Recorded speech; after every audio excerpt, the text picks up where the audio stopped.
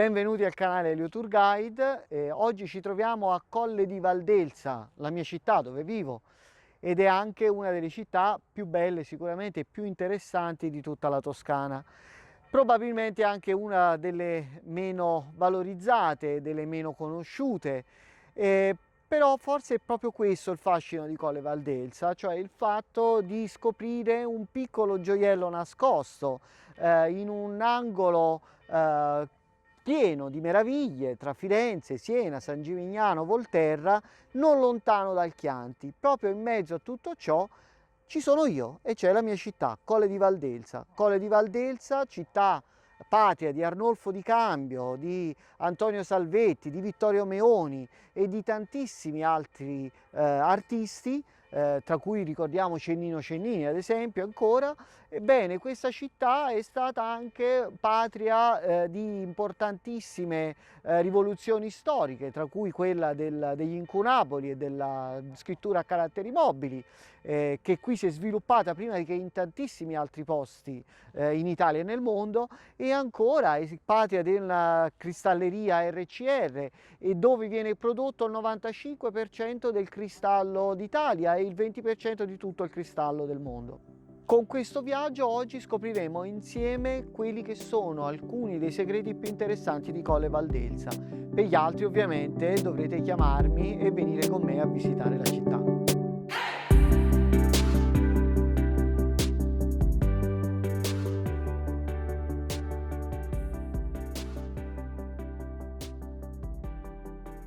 Bisognerà fare un po' di salita, fare un po' di fatica, sudare, però ne valerà sicuramente la pena, anche perché la città si sviluppa esattamente su un lungo crinale, e questo è stato proprio quello che l'ha resa unica e importante militarmente nel corso dei secoli.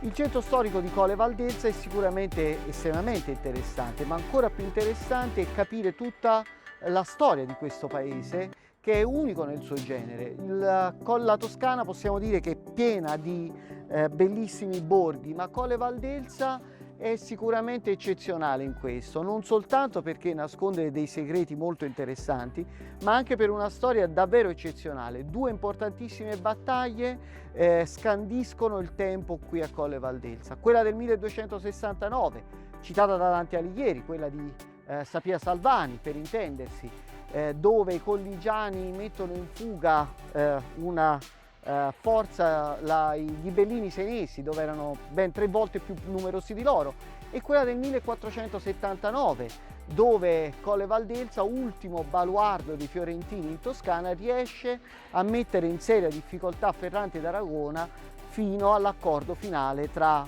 quest'ultimo e Lorenzo il Magnifico. Insomma, Colle Valdelsa non è solamente battaglia, attenzione, ma Colle Valdelsa sicuramente è militarmente e strategicamente importante, e forse è per questo che mantiene una sua unicità in Toscana ed è completamente diversa da ogni altro borgo che voi potreste venire a visitare qui in questa zona. Una volta nel centro storico di Colle Valdelsa, possiamo dire che ci ritroviamo immersi in un altro tempo, no? Non ci sono negozi, non ci sono tutti quei turisti che potete vedere in altri bellissimi posti della Toscana, ma al tempo stesso c'è tantissima storia anche nei posti più impensabili. Pensate alla piccola chiesina lì davanti a noi, che è la chiesa di Spugna, che probabilmente è il primo insediamento di cui noi abbiamo notizia qui a Colle Valdelsa, è proprio quella chiesina lì, e il campanile di quella chiesa conserva la martinella, che secondo la leggenda è la campana del carroccio dei Senesi, che fu conquistata dai colligiani quando i Senesi furono battuti nella battaglia di Colle. Questo è il Teatro dei Vari dietro di me, è stato costruito tra il 1200 e il 1300, non come teatro ma in realtà come ospizio per i pellegrini, e poi riadattato nel 1695 come teatro musicale e poi rirestaurato ancora una volta durante il XVIII secolo, fino a dargli l'aspetto originario. Ancora oggi il teatro è in funzione e è possibile venire a vedere degli spettacoli. Museo Civico di Colle Valdelsa, attualmente sede dello spazio espositivo del Museo del Cristallo. È interessante soprattutto osservare la facciata con i graffiti tipici del 1500 che decoravano buona parte degli edifici dell'epoca, un po' in tutta la Toscana, erano molto in voga. E proprio in questo palazzo è anche possibile vedere una molto simpatica fontana chiamata la Fontana del Sorriso.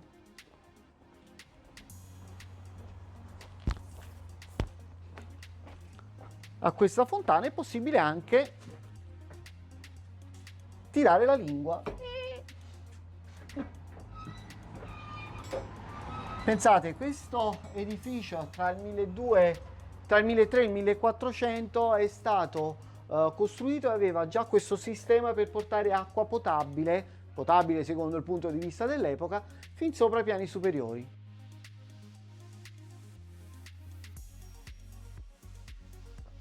Santa Maria in Canonica, chiesa tra le più antiche di Colle Valdelsa, è particolarmente interessante per un'opera che ci racconta molto dell'importanza di Colle Valdelsa. È un'opera di un artista sicuramente minore, meno famoso, Pierfrancesco Fiorentino, ma che ci dice molto sul rapporto che questa città aveva con l'importante influsso culturale che aveva sia da Siena che da Firenze. Infatti Pierfrancesco Fiorentino, che lavorava tantissimo in Valdelsa, aveva uno stile che mischiava in maniera, diciamo, abbastanza originale il gotico senese, il tardo gotico senese con il Rinascimento fiorentino, e quindi questo risultato era sicuramente qualcosa di originale e unico nel suo genere, soprattutto nel panorama quattrocentesco toscano. Proseguendo all'interno del centro storico è possibile fare una specie di viaggio nel tempo, perché siamo saliti dalla parte più antica, che è il castello. Man mano che noi ci avviciniamo all'altro estremo del crinale su cui è stata costruita Colle Valdelsa, gli edifici si fanno via via più moderni e anche in parte più ricchi. Colle Valdelsa infatti all'inizio è uno dei tantissimi borghi, ricco sì, soprattutto grazie alle acque dell'Elsa, che le consentirono, grazie a una ingegnosa canalizzazione chiamata le Gore, di produrre tantissima ricchezza durante i secoli. È proprio grazie alle Gore, grazie a questa canalizzazione, all'uso delle acque, che Colle Valdelsa ha una storia molto importante per quello che riguarda la produzione di libri. I primi incunaboli furono scritti proprio qui a Colle Valdelsa, insieme ad altre città che sicuramente all'epoca erano più famose, come Venezia o Firenze. Bene, Colle Valdelsa è una di queste città, è una delle città dove è nata stampa a caratteri mobili. Questo è Arnolfo di Cambio, o almeno questa è la sua scultura, come probabilmente l'artista ha immaginato dovesse essere Arnolfo di Cambio. Nato all'inizio del 1200, in data non certa, muore all'inizio del 1300 ed è grazie a lui se Firenze è dotata di una delle mura cittadine più imponenti dell'epoca, del 1300. È proprio grazie a lui anche che vengono costruite la prima versione del Duomo di Firenze, Santa Croce e tutti quei palazzi che poi renderanno Firenze così caratteristica e iconica nel mondo. Quindi parliamo anche di Palazzo Vecchio, parliamo anche di tantissimi altri edifici all'interno del centro storico. Arnolfo di Cambio era anche un grandissimo scultore, allievo di Nicola Pisano, ed è grazie a lui che abbiamo le sculture meravigliose ancora oggi visibili sia al Museo dell'Opera del Duomo, sia a Roma, sia in altri musei sparsi per l'Italia. Ci troviamo in Piazza del Duomo, che è la piazza principale di Colle Alta, e in questa piazza ci sono i monumenti, o meglio dire, gli edifici più importanti di Colle. Il Duomo, per cominciare, costruito nel 1595, nel momento in cui Colle diventa diocesi, quindi una diocesi molto importante, il Palazzo del Podestà e molti altri edifici di epoca trecentesca, quattrocentesca e cinquecentesca. Il Duomo di Colle Valdelsa è stato costruito nel 1595 distruggendo l'antica pieve che c'era originariamente, ma dell'antica pieve rimane ancora qualcosa. Guardate che interessante, questa doveva essere la facciata romanica, la parete romanica sulla quale poi è stata innestata la cattedrale, il Duomo successivo. A Colle Valdelsa c'è anche un'interessante strada coperta di epoca medievale, che è questa, Via delle Volte, ed è famosa perché è proprio lì sotto che si dice, almeno tradizione dice, che sia stata uccisa Sapia Salvani, la zia di Provenzano Salvani, citato da Dante Alighieri, sia lui che la zia, proprio in riferimento alla battaglia di Colle del 1269. Se nessuno conosce la storia ve la racconto io. Sapia Salvani era guelfa, evidentemente. Il nipote, scusate, invece, Provenzano Salvani era un capitano ghibellino dei Senesi, fondamentalmente, entrambi erano senesi. Sapia però ha in odio il nipote, a tal punto che quando i Senesi vincono nel 1269 non ne gioisce affatto, mentre invece gioisce, almeno secondo Dante, nel vedere la testa dello zio sulle picche nemiche vista proprio dalla bastione di Colle Valdelsa. Poco dopo, purtroppo, Sapia Salvani verrà uccisa all'interno di questa strada da un sicario pagato dai senesi. No, la zia di Provenzano Salvani, che era capitano dei senesi. Ah, ok. E fu ucciso nella battaglia di Colle nel 1269. Okay. E Dante ce la racconta nella Divina Commedia. Ah, grazie. Scusami se ti ho... No, mi è automatico correggere, ma insomma... Ciao. Dove ci troviamo adesso è il ponte che collega le due metà di Colle Alta. Colle Alta è costruita sopra un crinale ed è costituita di due parti fondamentalmente, il castello e il borgo. Il castello si trova di qua del ponte, dietro Palazzo Campana, costruito da Giuliano di Baccio d'Agnolo in epoca rinascimentale, e dall'altro lato si trova una parte leggermente più moderna che è quella del borgo, ricostruita, anzi dovremmo dire, in seguito all'assedio di Ferrante d'Aragona e delle truppe napoletane del 1479 che ha completamente distrutto quella parte della città.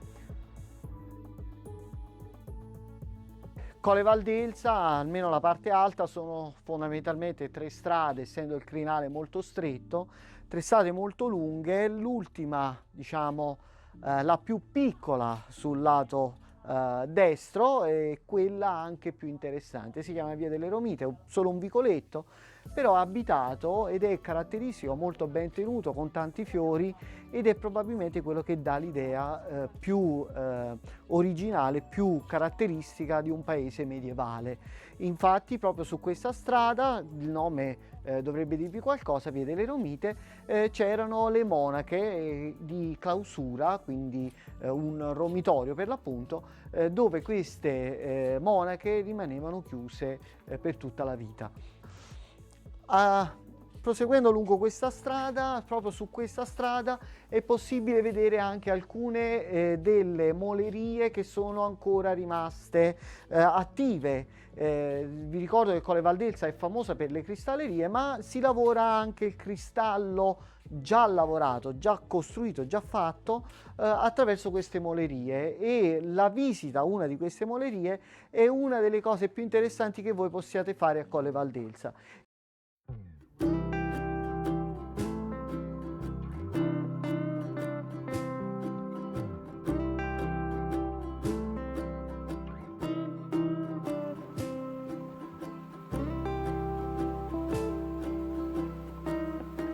Dopo aver visitato il centro storico di Colle Valdelsa, ho deciso di portarvi in un posto abbastanza sconosciuto. Diciamo che questo è uno dei segreti di Colligiani, si chiama Le Vene ed è una delle sorgenti principali del fiume Elsa. L'acqua è freschissima tutto l'anno ed è il posto dove la gente del posto viene a rinfrescarsi, viene a fare il bagno o a passare semplicemente le giornate per godersi, diciamo così, il periodo estivo. Questo era anche stato utilizzato per molto tempo come mulino, tant'è vero che da qui partivano le canalizzazioni che venivano utilizzate per la produzione di carta che ha reso Colle ricca e famosa durante i secoli. Concludiamo il nostro tour a Colle di Valdelsa nella piazza principale di Colle Bassa, piazza Arnolfo di Cambio.